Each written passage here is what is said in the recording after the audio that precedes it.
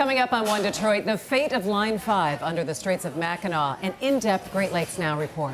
Plus, the Democratic presidential debates in Detroit are just 1 week away. Nolan Finley and Stephen Henderson hash out the biggest Michigan issues that candidates need to hammer on, and head to the Detroit Riverfront with Conservancy CEO Mark Wallace. I'm Christy McDonald. We're at the Whistle Stop Diner in Pleasant Ridge, and One Detroit is coming up. Masco Corporation is proud to manufacture innovative and environmentally friendly products for the home. Delta faucets, craft-made in Merillat cabinets, and Behr brand paints have all been designed with you in mind. Masco and its family of companies, serving Michigan communities since 1929. Support also provided by the W.K. Kellogg Foundation, a partner with communities where children come first. The Cynthia and Etzel Ford Fund for Journalism at Detroit Public TV. The Detroit Journalism Engagement Fund, and by Business Leaders for Michigan has 5 priorities to make Michigan a top 10 state. Achieve a balanced budget, cut long-term debt, fix our roads, improve all levels of education, further economic growth, plan for a stronger Michigan. How does diversity bring energy to us all? At DTE Energy, we believe that it's the contributions of all that build great communities. As a company, we grow stronger by welcoming the unique perspectives of everyone. As community members, we support our state's broad culture and heritage. From working closely with women and minority-owned suppliers to embracing our local cultures, DTE Energy is powering diversity. The DTE Energy Foundation is a proud sponsor of Detroit Public Television. Also brought to you by Ally, Nissan Foundation, and viewers like you. Thank you.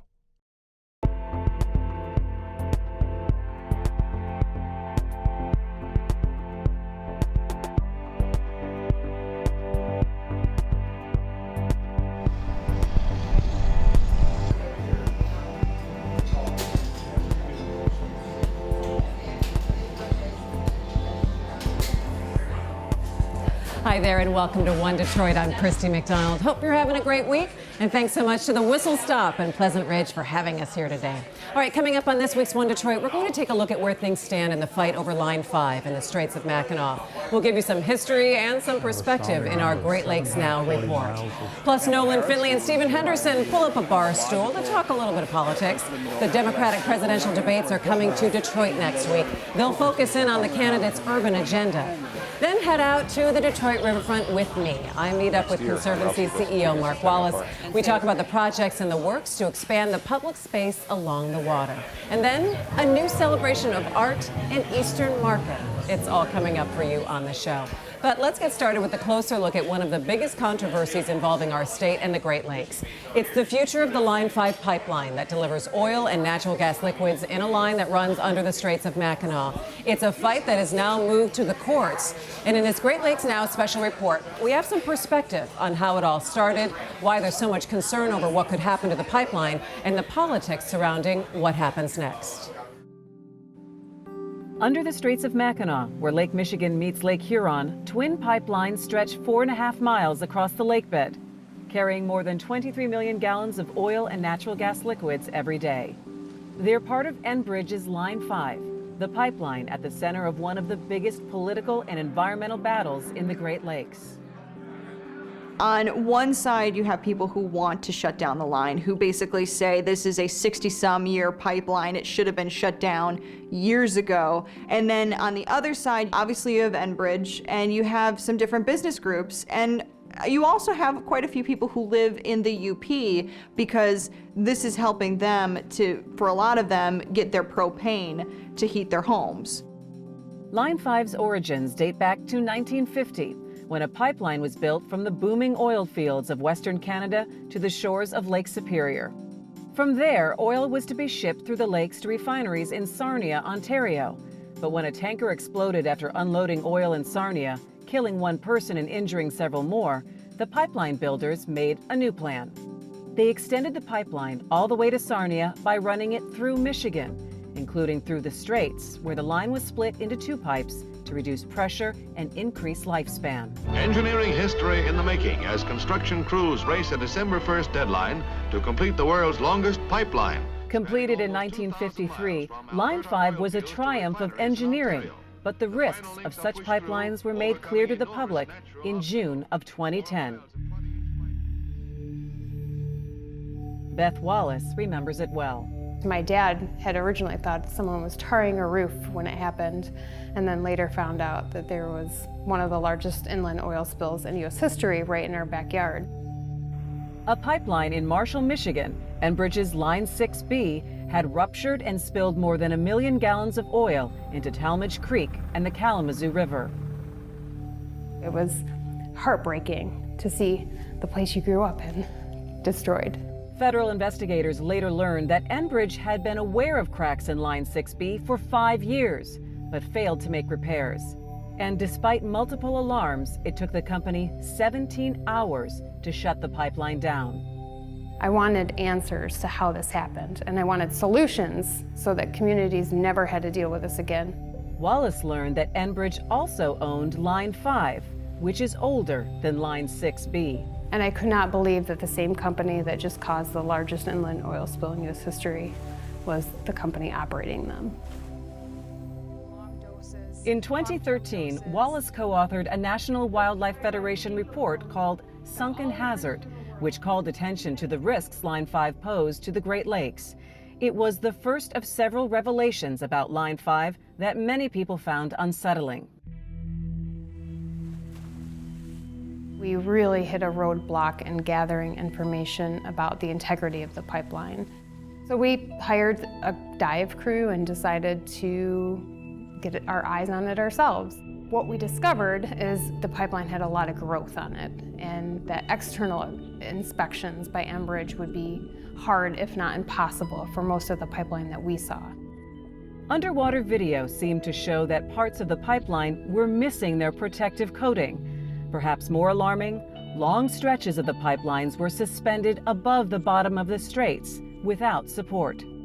Even though the state wrote the easement to let them build this thing and wrote in the requirement that there couldn't be any unsupported spans greater than 75 feet, there's some spans that are 4 or 5 times longer than what the state mandated should ever be allowed to develop.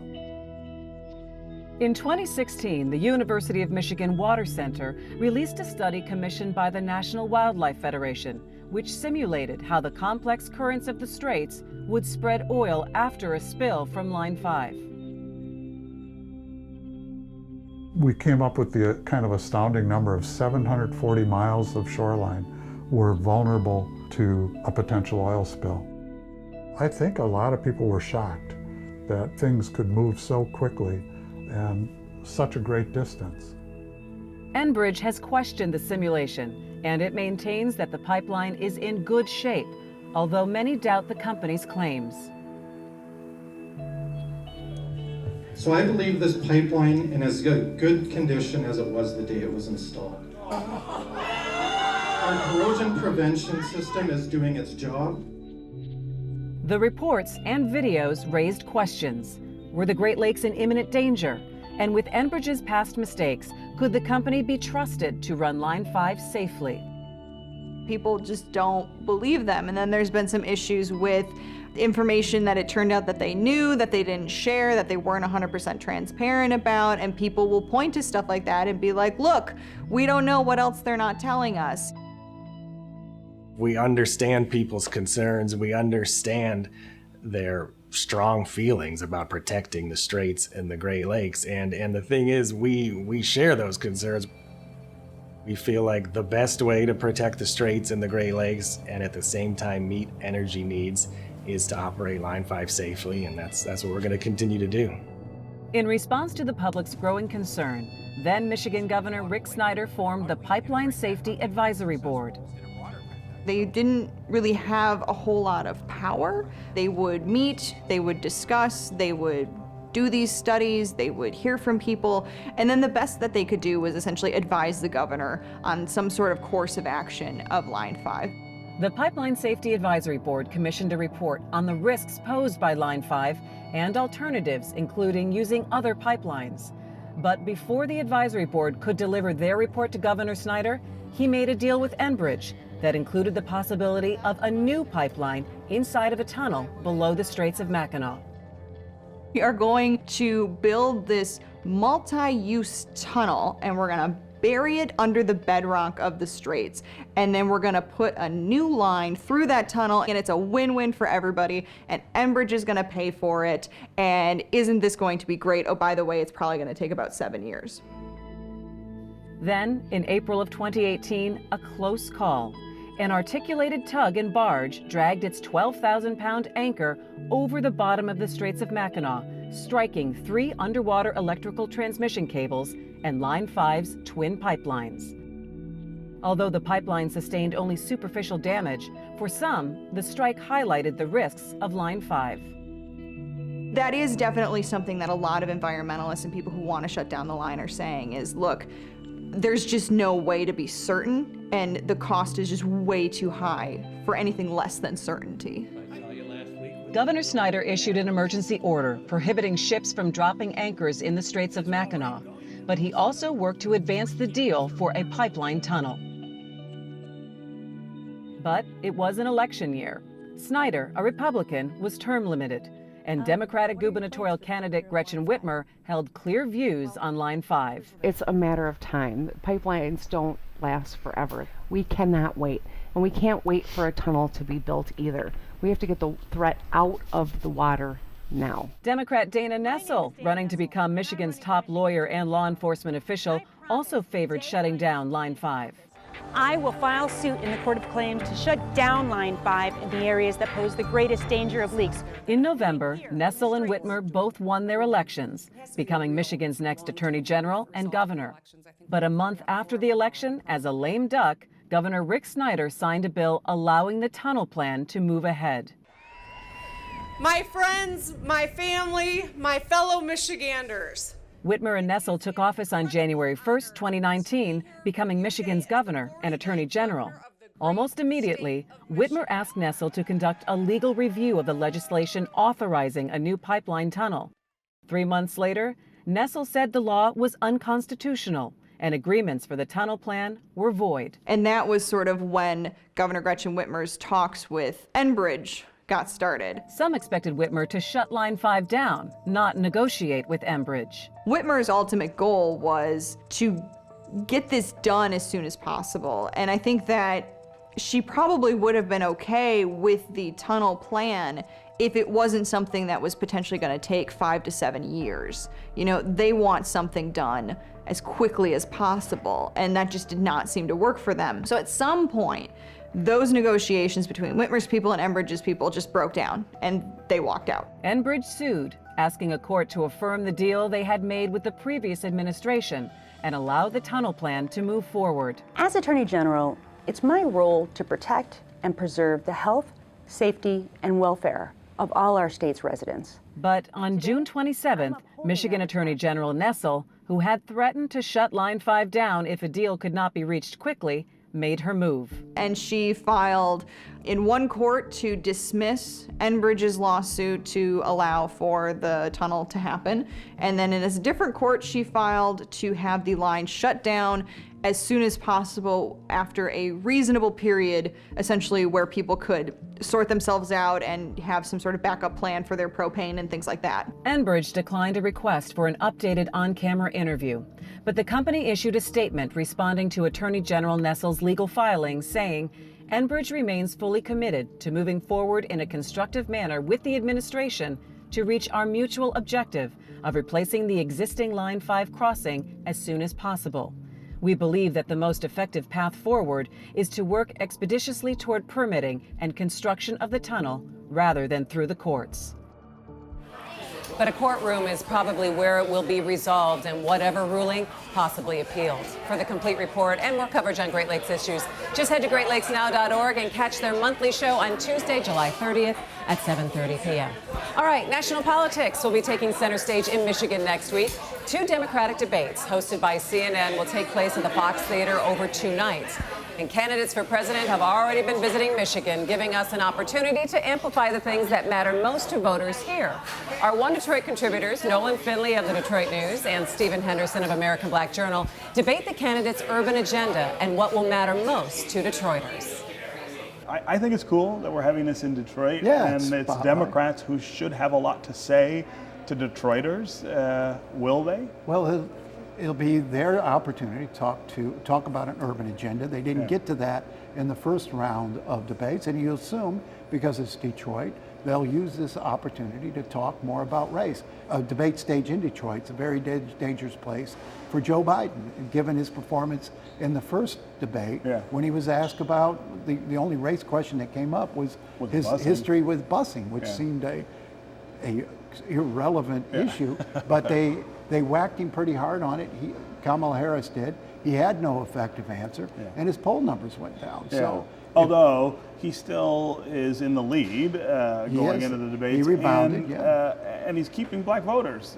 They're not peeling off to go to Kamala Harris, who would be a kind of a logical place for them to go after last debate, and they're not going to Cory Booker. Who's the other Booker seems like prominent he's African American candidate? I think black voters identify Joe Biden with Barack Obama, and that's the most powerful motivator in history for black voters to show up. So if he stumbles on race issues the way he did last time around, it didn't hurt him with black voters then. Is there a risk that it'll hurt him this time if the question goes it depends on what they talk about. I think I think Kamala Harris also has a real Achilles heel in this question of how she handled her duties as a prosecutor and whether that had negative consequences for African Americans. I don't know that Joe Biden can raise that because he supported the crime bills and look what that's done did to the same Detroit, thing. so. I don't know that anybody has clean hands on that, but you could see another candidate, I suppose, lob that into the middle of the discussion and get after both of them. And why wouldn't they? And will they be asked about reparations, which is an issue that they're sort of dancing around? I think they got to be careful about general election consequences if you're too viewed as too in favor of reparations. But I think it's really interesting that it seems that in the Democratic primaries and in that field, you're going to have to have an answer about what you think about reparations. This is the first time for the primary. But this is the first time I can remember this. It's a word that won't be spoken in the general election. It probably shouldn't come up in the general election. And white voters, the president's voters in particular, don't really even understand that word. You want to get Donald Trump reelected. Make that a key issue in the general campaign. It's not just the urban agenda, it's immigration. I mean, you go to Southwest Detroit right now and talk to people about what's going on, and even more importantly, what they fear is about to happen. I mean, there is this constant signaling that things are going to get worse, that there are raids or crackdowns coming. I mean, it's really tense down there, and I think Democratic candidates probably ought to have an answer to how to relieve that or how they would do that if they were elected. And you also have concern about immigration among black voters and lower income white voters who see this as a competition for jobs, this unchecked I'm not sure they do. Well, I mean, those are the comments I'm getting on my radio show. And you hear people worry about this sort of, new cheap workforce coming in that can be exploited at our expense one more time. And the other issue I think that Democrats are going to have to work around is the better employment numbers in places like Detroit. I mean, they're bringing here better employment numbers, but they aren't better income. So people are working 2 and 3 jobs when they used to be able to work one job for the same kind of wage. That's the case they people make. Are but no more that. people are working 2 jobs today than they were a decade ago. That's not true. It is. It's 5% of the workforce. It's untrue that people. That number hasn't increased. These numbers that report those things, of course, have never accounted for the kind of work that lots of Detroiters have. The same people counted them that were a decade ago. It's 5% today, 5% then. It's just not true. And household incomes are rising. Slowly, but they're rising for the first time. And when you have more people working, it's always hard to make an election about the economy. About the economy, I don't think that will be the issue. This is a leadership election, and that's what they should be focused on, rather than these specific issues. I mean, there's nothing rising that's really troubling Americans. You look at the Gallup poll; it's leadership and then immigration. Somebody can come into Detroit and show themselves as presidential material, in contrast to Donald Trump, could win. Yeah. And we will have all of the post-debate coverage for you next week on One Detroit. Well, we've had a steamy summer, and a lot of people are heading to the Detroit Riverfront for the cool breezes and the great activities there. And there is more development along the river, including Atwater Beach and the new Ralph C. Wilson Jr. Centennial Park in the works on the West Riverfront. I caught up with Riverfront Conservancy CEO Mark Wallace at Cullen Plaza to take a look at how things are moving along. We're making the final connections in the East Riverfront. We're starting to focus on the West as well. All right, so talk to me about the projects. You decided on what the project was going to be for the West Riverfront, the renderings, That's and really right. what the architect is going to be doing. Where are we in the process? So Ralph C. Wilson Jr. Centennial Park is making tremendous progress. We spent a lot of time talking to the community about those initial ideas because, as you know, it was a design competition. So we asked really smart people to help us think and dream about the future of this. They came up with ideas, and then we needed to pressure test those into the community and make sure that we're actually building what the families are going to love, what they're going to respond to. So people love the idea of swimming. People love the playground that's evolving over on the West. People love the idea of the sports house, places to play basketball and recreational opportunities. And they want us to build it as fast as possible. So we're hoping to break ground next year on Ralph C. Wilson Jr. Centennial Park. And so then down the line, are we looking then maybe 2 years down the line before a finished product? 2022 for it to be open. That's great. Talk to me about the East Riverfront and what you guys are doing. The East is just getting better and better. And some of these spots like Cullen Plaza here have just become so overloaded with people that we started to try to find ways to really expand and encourage people to explore other parts of the East Riverfront that maybe they're not as familiar with. Right. So one of those big projects is Atwater Beach, which is right across from Skillen Foundation, right at the foot of Joseph Campo. And if you think about the riverfront from the perspective of a little kid, you know, you got these little ones who are cruising around on scooters, right? Oh, it's amazing. Yeah, everybody loves the fountain in front of General Motors headquarters. Everybody loves the carousel here and the sandbox at Cullen Plaza. But then you got to walk about 20 minutes to get to Mount Elliott Splash Pad. So what the community came back and said is there someplace in between here and there that could be a great spot for families? And we've come up with this idea of Atwater Beach, which will be, imagine the biggest sandbox that you ever saw, you know, with all sorts of beach toys and beach umbrellas. The 7-year-old inside of me is getting really excited right now. It's got to be really fun. A lot of spots for families to come down. We'll have our first community grills, so you can bring your own food and cook down there. It's really going to be a special place. You know, this has been such a process in terms of investment here. How do you think what's happening on the riverfront is making the city look as a whole to other people around the country who are saying, gosh, maybe we can start to take advantage of our riverfront in that way too? Well, it's amazing how many cities turned their backs on waterfronts in the early part of the 1900s. And there are a lot of places that come through here. About every 2 weeks we have Philadelphia, we have Chicago, we have Memphis coming through here to actually learn from the work that we've done here in Detroit. And I think one of the things that Detroit does is just bring people together at the riverfront. It's a big city, everybody knows that. We don't have a very dense community. There are just a lot of pockets of neighborhoods.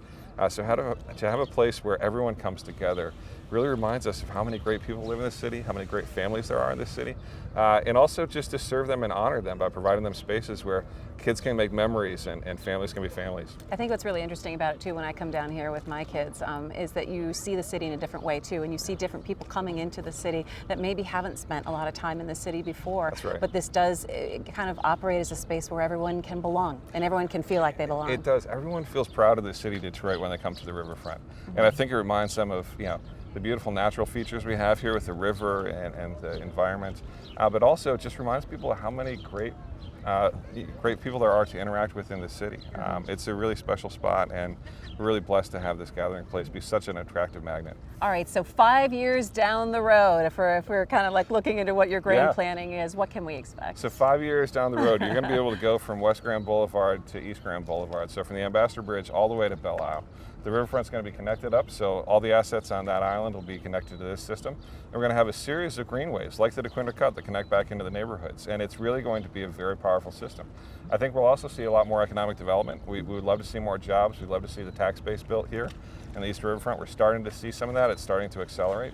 But this is still going to be a place where everyone comes together, and that's the most important thing for us. And that'll do it for One Detroit. Thanks so much for joining me. Make sure you head to DetroitPBS.org for all of our stories and check out the things that we are working on. And thanks so much to the Whistle Stop in Pleasant Ridge for having us. We're going to leave you now with the sights and sounds from Eastern Market's new art park that opened up this past week. I'm Christy McDonald. We'll see you next Thursday. Take care.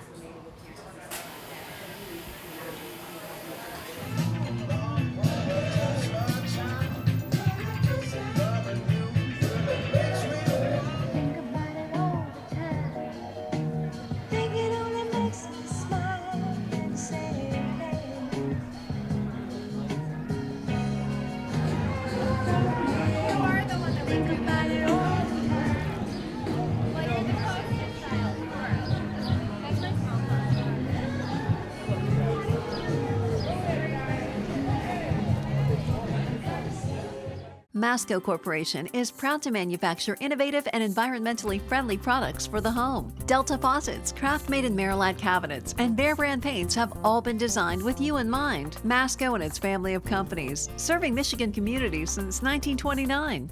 Support also provided by the W.K. Kellogg Foundation, a partner with communities where children come first. The Cynthia and Etzel Ford Fund for Journalism at Detroit Public TV, the Detroit Journalism Engagement Fund, and by Business Leaders for Michigan has 5 priorities to make Michigan a top 10 state. Achieve a balanced budget, cut long-term debt, fix our roads, improve all levels of education, further economic growth, plan for a stronger Michigan.